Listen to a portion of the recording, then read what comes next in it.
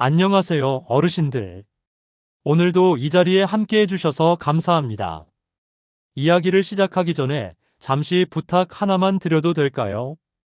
이 채널은 여러분의 건강한 노후를 위해 매일 알찬 정보를 드리고 있습니다. 앞으로도 좋은 이야기 놓치지 않으시려면 지금 바로 구독과 좋아요 눌러주시면 큰 힘이 됩니다. 혹시 양치질을 열심히 하는데도 잇몸에서 피가 난 적 있으신가요? 아침에 이를 닦다 보면 칫솔에 붉은 자국이 묻어나서 괜히 불안하셨던 적 있으실 겁니다. 그럴 때 사람들은 대수롭지 않게 넘깁니다. 나이 들면 다 그렇지. 며칠 지나면 괜찮겠지. 그러나 이 작은 피 한 방울이 사실은 몸 전체가 보내는 위험 신호일 수 있습니다. 잇몸에서 피가 난다는 건 염증이 있다는 뜻입니다. 염증은 결코 입속에서만 머물지 않습니다. 치아 뿌리와 잇몸 사이에 미세한 혈관을 타고 세균이 전신으로 퍼져나갑니다. 그 세균은 심장으로도 가고 뇌로도 가고 혈관 속을 따라다니면서 전신에 영향을 줍니다. 그래서 잇몸병이 심장병, 뇌졸중, 당뇨와 깊이 연결되어 있다는 연구가 수없이 발표되었습니다. 입속 작은 염증이 사실은 온몸을 위협하는 시한폭탄이 될 수 있다는 사실.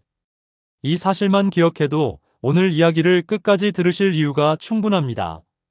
저는 치과에서 30년 넘게 환자분들을 만나왔습니다. 그 과정에서 수없이 들었던 말이 있습니다. 선생님, 양치만 열심히 하면 되는 거 아닌가요? 하지만 현실은 다릅니다. 양치만으로는 모든 곳을 닦을 수 없습니다. 칫솔이 닿지 않는 공간이 너무 많습니다. 특히 치아와 치아 사이, 그리고 잇몸과 치아가 만나는 경계는 칫솔모가 닿지 않습니다. 그곳이 바로 세균의 놀이터가 됩니다. 그래서 저는 항상 4단계를 말씀드립니다. 첫째, 식사 후 구강세정기로 입안을 헹구기. 둘째, 칫솔질을 꼼꼼히 하기. 셋째, 치간 칫솔로 치아 사이 청소하기. 넷째, 치실로 마지막 남은 틈새까지 관리하기. 이것이 바로 기본 중의 기본입니다. 많은 분들이 치간 칫솔을 대수롭지 않게 생각하십니다. 하지만 이 도구는 어르신들의 치아를 평생 지켜줄 수 있는 강력한 무기입니다. 치간 칫솔을 고를 때 중요한 건 굵기입니다. 너무 얇으면 청소가 제대로 되지 않습니다. 너무 두꺼우면 잇몸에 상처를 냅니다. 치과에서 상담을 받아 본인에게 맞는 사이즈를 찾는 게 중요합니다. 또 한 가지 방법은 소독액을 함께 사용하는 겁니다. 헥사메딘 같은 약품을 치간 칫솔에 살짝 묻혀서 출혈이 나는 곳을 관리하면 훨씬 효과적입니다. 물론 오래 쓰면 구강 내 세균 균형이 깨질 수 있으니 며칠 집중 관리할 때만 쓰는 게 좋습니다. 이 정도만 실천해도 많은 분들이 잇몸이 단단해졌다는 걸 느끼십니다. 반대로 절대 피해야 할 방법도 있습니다. 그중 하나가 소금을 문지르는 민간요법입니다. 예전에는 소금이 세균을 죽인다고 믿었습니다. 하지만 실제로는 입속 세균을 없애기는커녕 잇몸에 상처를 내고 오히려 더 큰 염증을 만들 수 있습니다.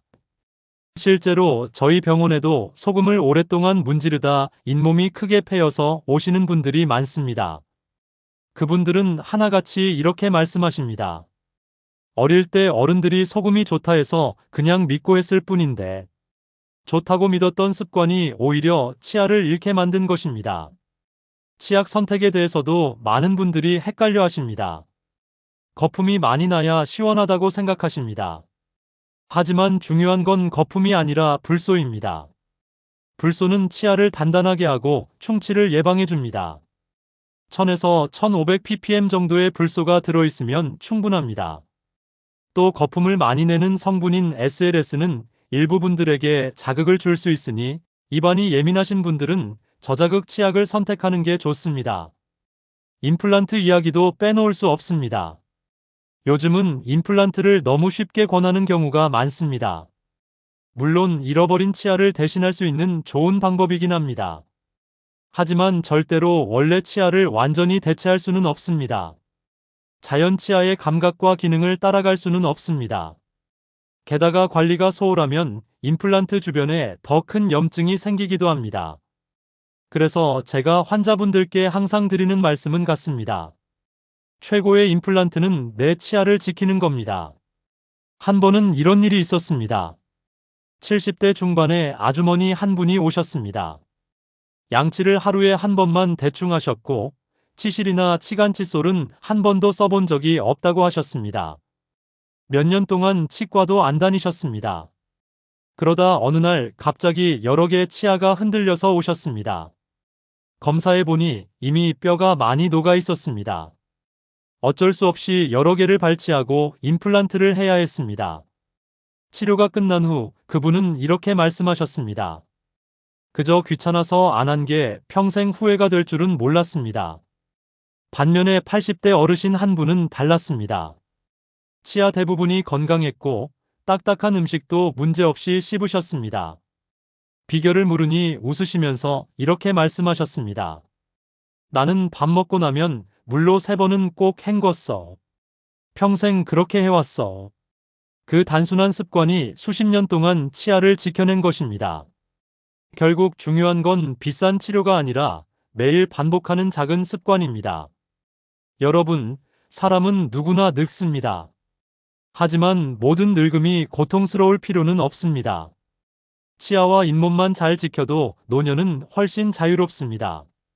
좋아하는 음식을 스스로 씹을 수 있고 웃을 때 당당할 수 있습니다. 그것이 바로 존엄이고 행복입니다. 오늘부터라도 시작해 보시길 바랍니다. 큰 돈이 드는 것도 아니고 많은 시간이 필요한 것도 아닙니다. 물 한 컵, 칫솔질 한 번, 치간 칫솔 몇 번, 치실 한 번이면 충분합니다. 잇몸은 결코 늦었다고 말하지 않습니다. 시작하는 순간이 바로 가장 빠른 때입니다. 여러분, 잇몸병이 왜 무서운지 조금 더 구체적으로 말씀드리겠습니다. 많은 분들이 잇몸에서 피가 나는 걸 단순히 국소적인 문제로만 생각하십니다. 하지만 사실은 전신 건강과 직결된 문제입니다. 제가 실제로 만난 환자분 중에는 심장 수술을 앞둔 분이 계셨습니다. 수술 전 검사를 하던 중 심장내과에서 연락이 왔습니다. 환자분 잇몸 상태가 심각하니 치과 진료부터 받고 오시라. 왜냐하면 입속 세균이 혈관을 타고 들어가 심장 수술 부위에 감염을 일으킬 수 있기 때문입니다. 그 환자분은 결국 치과 치료를 먼저 받고 난 뒤에야 심장 수술을 진행할 수 있었습니다. 이 사례만 봐도 알 수 있습니다. 잇몸병은 절대로 입안에서만 끝나지 않습니다. 특히 당뇨와 잇몸병은 서로 악순환을 만듭니다. 당뇨가 있으면 상처 회복이 느려집니다. 그래서 잇몸에 염증이 생기면 쉽게 낫지 않고 오래 갑니다. 반대로 잇몸에 염증이 있으면 혈당 조절도 잘 되지 않습니다. 즉, 서로가 서로를 더 악화시키는 관계입니다. 그래서 당뇨 환자에게는 잇몸 관리가 필수 중의 필수입니다. 또한 뇌졸중 환자들에게서도 잇몸 상태가 좋지 않은 경우가 많습니다. 치주염이 있는 사람은 뇌졸중 발생 위험이 그렇지 않은 사람보다 훨씬 높다는 연구 결과도 있습니다. 작은 잇몸병이 결국 생명을 위협하는 큰 질병으로 이어지는 셈입니다. 여러분, 그렇다면 왜 이렇게 많은 분들이 잇몸병을 방치할까요? 가장 큰 이유는 통증이 없기 때문입니다. 충치는 아프기 때문에 빨리 치과에 가지만 잇몸병은 오랫동안 아프지 않습니다. 그래서 피가 나고 잇몸이 조금 붓더라도 참고 넘어가 버리는 경우가 많습니다. 하지만 아프지 않다고 해서 진행되지 않는 게 아닙니다. 조용히, 그러나 꾸준히 잇몸과 뼈를 파괴합니다. 마치 집안 기둥이 썩어 들어가듯 말입니다. 제가 종종 환자분께 드리는 비유가 있습니다. 집에 벽지가 조금 떨어졌다고 해서 큰일은 아닙니다. 하지만 기둥이 썩으면 집 전체가 무너집니다. 치아에서 기둥은 바로 잇몸과 뼈입니다. 기둥이 무너지면 치아는 아무리 멀쩡해 보여도 흔들리다 결국 빠집니다. 그렇다면 일상생활에서 어떤 습관들이 잇몸 건강에 해로울까요? 첫째는 간식 습관입니다. 특히 단 음식을 자주 드시는 경우가 문제입니다. 사탕, 초콜릿, 과자, 심지어는 달달한 커피까지. 당분이 입안에 오래 머물수록 세균은 더 빠르게 번식합니다. 하루 3번 밥을 먹는 것보다 한 번에 조금씩 5번 간식을 먹는 게 훨씬 더 잇몸에 나쁩니다. 둘째는 흡연입니다. 담배는 잇몸 건강에 가장 큰 적입니다.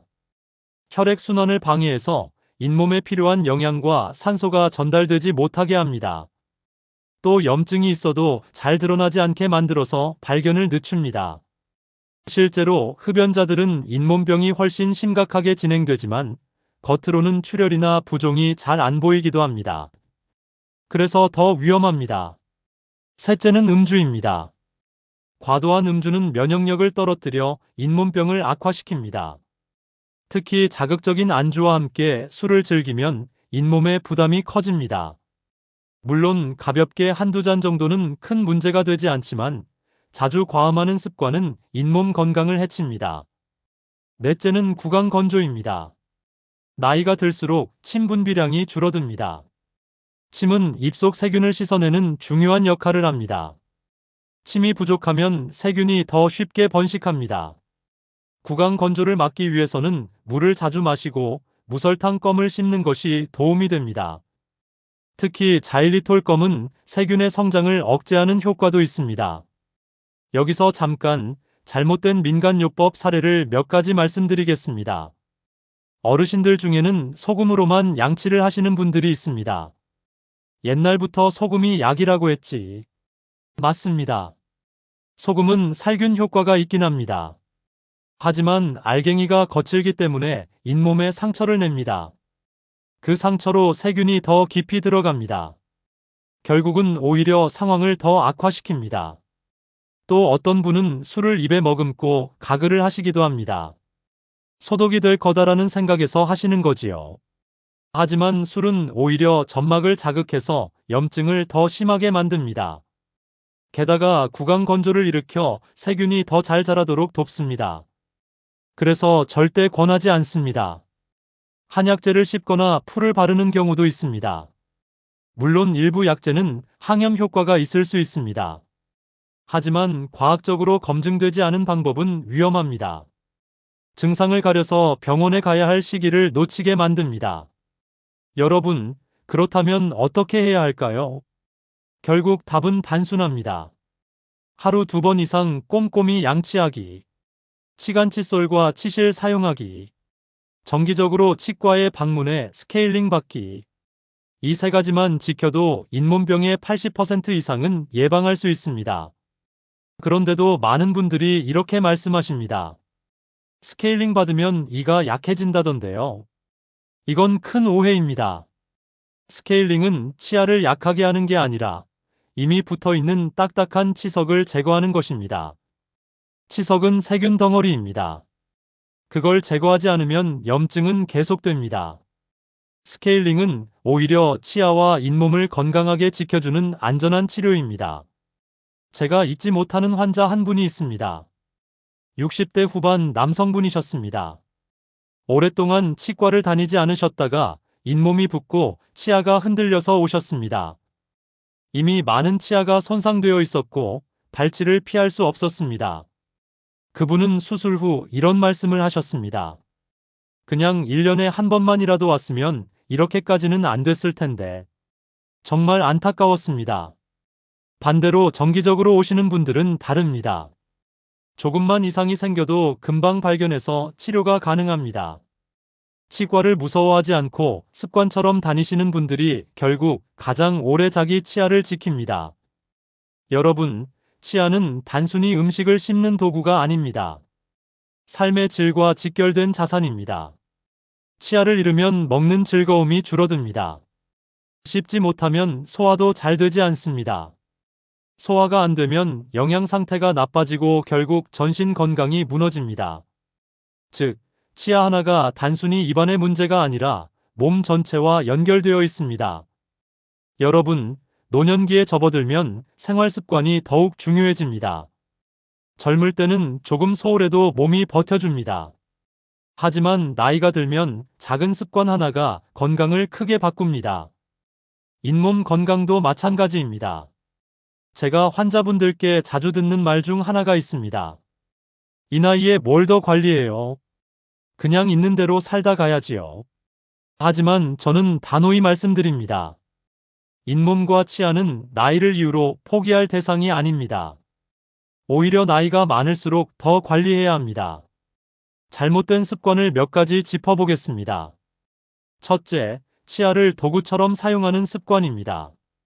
어르신들 중에는 이를 열쇠처럼 쓰시는 분이 많습니다. 포장지를 뜯거나 단단한 뚜껑을 돌리거나 심지어 실을 끊을 때도 이로 하십니다. 이런 습관은 치아를 금방 망가뜨립니다. 치아는 음식만 씹으라고 있는 것이지 도구가 아닙니다. 작은 금이 가도 세균이 침투해 염증으로 이어질 수 있습니다. 둘째, 밤에 양치를 거르는 습관입니다. 하루 종일 피곤했는데 그냥 자지 뭐. 그렇게 하루만 거른다고 생각하시지만 그 하루가 쌓이면 치아와 잇몸이 망가집니다. 밤 동안 입안은 침이 줄어듭니다. 세균이 번식하기 가장 좋은 시간입니다. 그래서 잠자리에 들기 전 양치는 반드시 해야 합니다. 셋째, 틀니 세척을 소홀히 하는 습관입니다. 틀니를 쓰시는 분들이 많습니다. 하지만 물에만 담가두면 되겠지 하고 대충 관리하는 경우가 많습니다. 틀니에도 세균이 번식합니다. 제대로 세척하지 않으면 잇몸에 염증이 생기고 입냄새가 심해집니다. 하루에 한 번은 전용 세척액에 담가 두시는 것이 좋습니다. 넷째, 물 대신 차나 커피만 드시는 습관입니다. 커피나 차도 물론 좋습니다. 하지만 물을 대신할 수는 없습니다. 물이야말로 입안을 가장 깨끗하게 지켜주는 최고의 세정제입니다. 하루에 최소 68컵은 드시는 게 좋습니다. 많은 어르신들이 임플란트나 틀니를 하시면서 이렇게 말씀하십니다. 이제 나는 괜찮다. 임플란트 했으니까. 하지만 이것은 큰 착각입니다. 임플란트는 어디까지나 대체품일 뿐입니다. 자연 치아의 감각과 기능을 따라갈 수 없습니다. 게다가 임플란트 주변 잇몸에 염증이 생기면 자연 치아보다 훨씬 빨리 망가집니다. 임플란트 주위염이라는 병이 있습니다. 임플란트를 뼈에 심은 자리 주위가 염증으로 붓고 결국은 임플란트가 빠져버리는 무서운 병입니다. 실제로 임플란트 하신 분들 중 많은 분들이 이 문제로 다시 치과를 찾습니다. 틀니도 마찬가지입니다. 틀니는 씹는 힘이 자연 치아의 절반도 되지 않습니다. 딱딱한 음식을 피해야 하고 자주 빠져 불편하기도 합니다. 게다가 잇몸뼈가 점점 흡수되어서 몇 년마다 다시 맞추거나 새로 만들어야 합니다.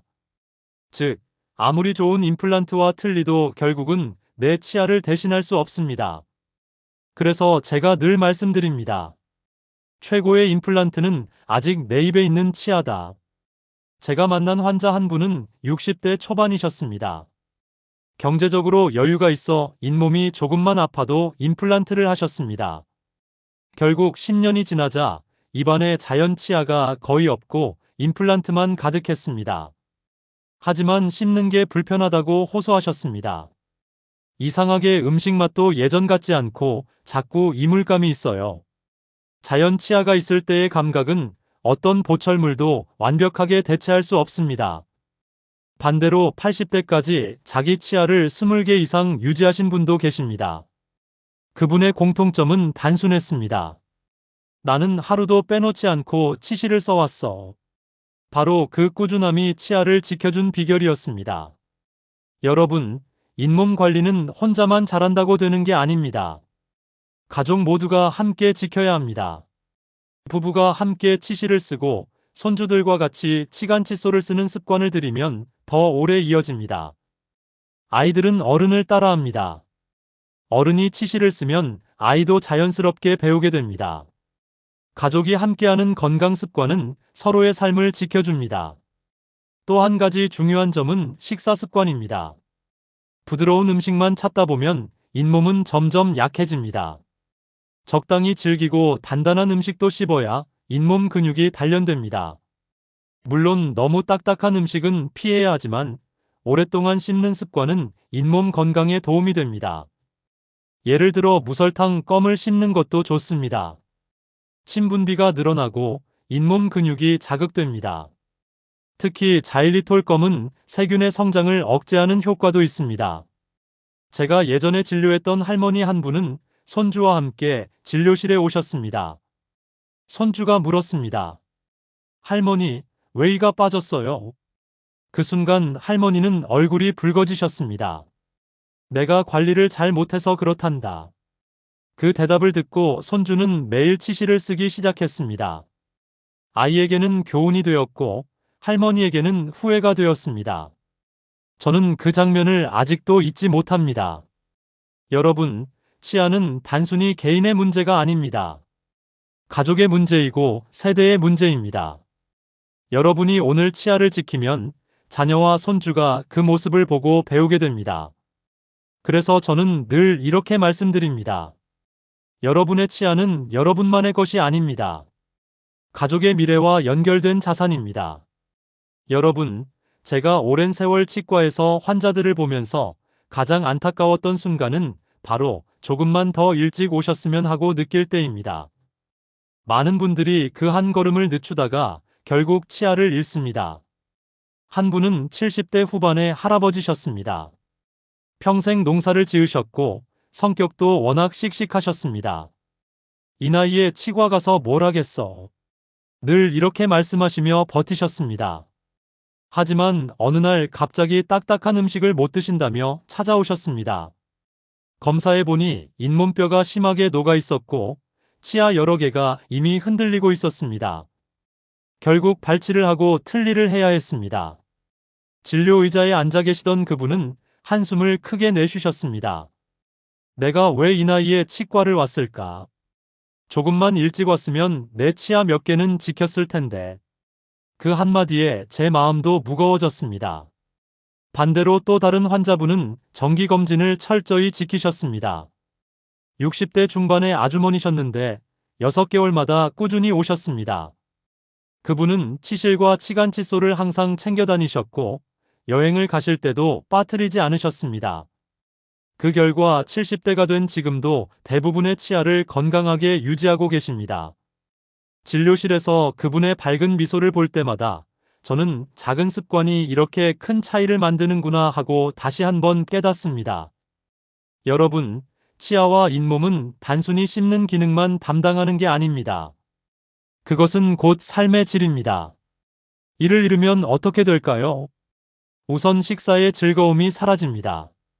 고기를 먹고 싶어도 씹을 수 없고 과일을 먹어도 이가 시려 제대로 즐길 수 없습니다. 음식의 종류가 제한되니 결국 영양이 부족해집니다. 단백질을 충분히 먹지 못하면 근육이 줄어듭니다. 근육이 줄면 기력이 떨어지고 쉽게 넘어집니다. 넘어지면 골절이 생기고 그것이 노년의 삶을 크게 위협합니다. 즉, 치아를 잃는 순간부터 건강 전반이 무너지는 악순환이 시작됩니다. 여러분, 혹시 치매와 잇몸병이 관련 있다는 사실을 들어보셨습니까? 실제로 연구 결과를 보면 씹는 힘이 약한 어르신일수록 기억력이 더 빨리 떨어진다고 합니다. 왜냐하면 씹는 행위 자체가 뇌를 자극하기 때문입니다. 입속신경은 뇌와 바로 연결되어 있습니다. 치아로 음식을 씹는 자극은 뇌혈류를 증가시키고 뇌를 활발하게 유지시킵니다. 치아가 없으면 이런 자극이 줄어들고 결국 치매 위험도 커집니다.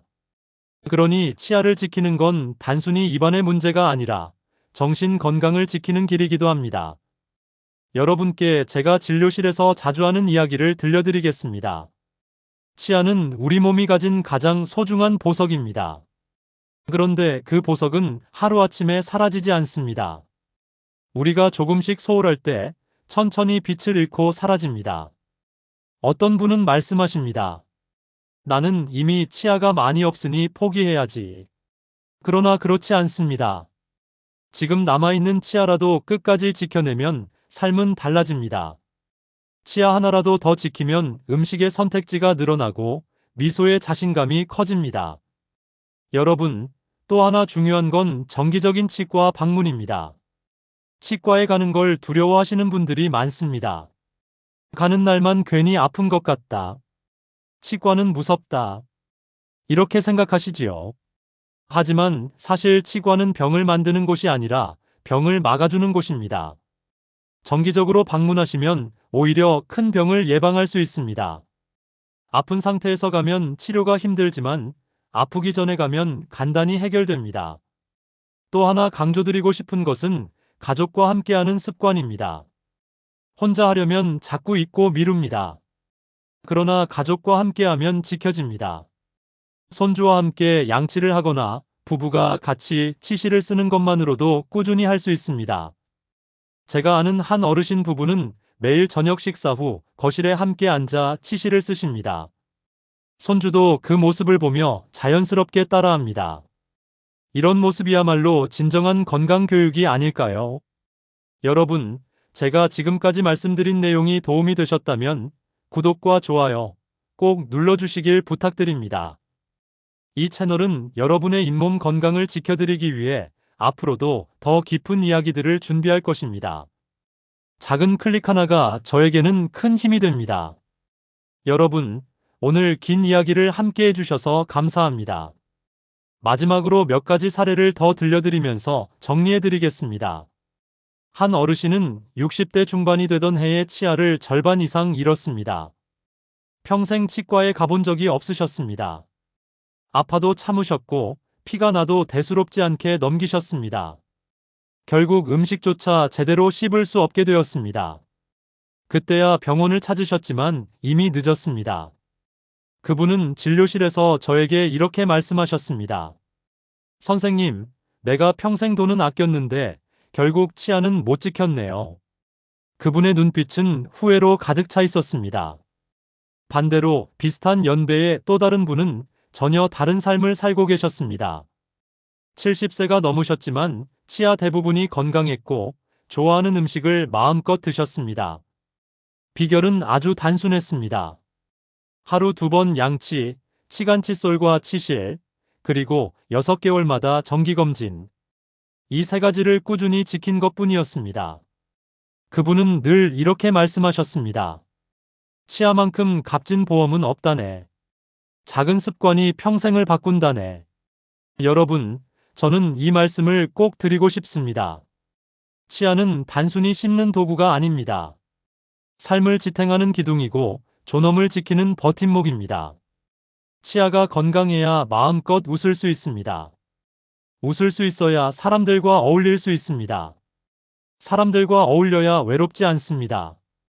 즉, 치아는 단순히 입안의 문제가 아니라 노년의 행복 전체와 이어져 있습니다. 제가 진료실에서 자주 보는 장면이 있습니다. 가족이 함께 오시는 경우입니다. 어르신이 치료를 받으시고 나면 아들, 딸이 진료실 앞에서 기다립니다. 그리고 손주가 묻습니다. 할머니, 할아버지, 이 아프지 않았어요? 그 질문에 어르신들은 손주의 머리를 쓰다듬으며 웃으십니다. 그 미소 속에는 후회도 있고 다짐도 있습니다. 이제는 내가 치아를 지켜야겠다. 그 마음이 바로 새로운 시작입니다. 오늘 제가 드린 말씀을 정리하겠습니다. 첫째, 잇몸병은 단순한 입속 문제가 아니라 전신 건강과 연결됩니다. 둘째, 양치만으로는 부족합니다. 치간칫솔과 치실, 정기검진이 필수입니다. 셋째, 잘못된 민간요법은 오히려 해롭습니다. 과학적으로 검증된 방법을 지켜야 합니다. 넷째, 임플란트와 틀니도 중요하지만 결국 가장 소중한 건 내 치아입니다. 다섯째, 작은 습관이 평생을 바꿉니다.